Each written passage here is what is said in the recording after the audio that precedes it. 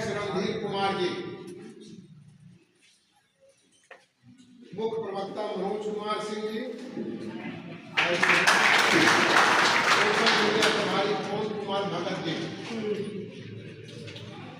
उपाध्यक्ष पद पर हरिशंकर राय जी, निर्मला त्रिपाठी जी, सरोज पासवान जी, रेणु देवी जी,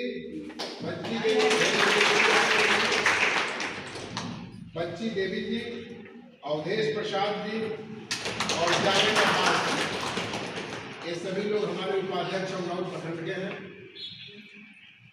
अब रहा हूँ, मैं जोन के स्तर से लेकर मैं नेशनल स्तर पर ट्रेड का काम किया हूँ अपने भारतीय रेल में, लेकिन जितना भ्रष्ट शासन हमारे बिहार का है उतना कहीं नहीं।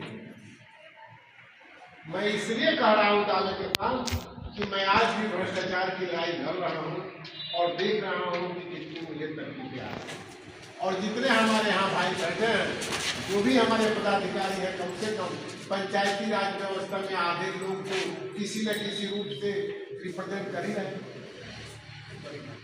तो मैं कम से कम जितने हमारे पदाधिकारियों का चयन हो रहा है या जो बंधु मेरे छूट रहे हैं, मैं उनसे माफी मांगता हूँ। पूरा भी है न कोई व्यक्ति की पहचान उनके कर्मों से होती है, इस लिस्ट और नाम से नहीं। ये मेरा और अभी सफर बहुत लंबा है।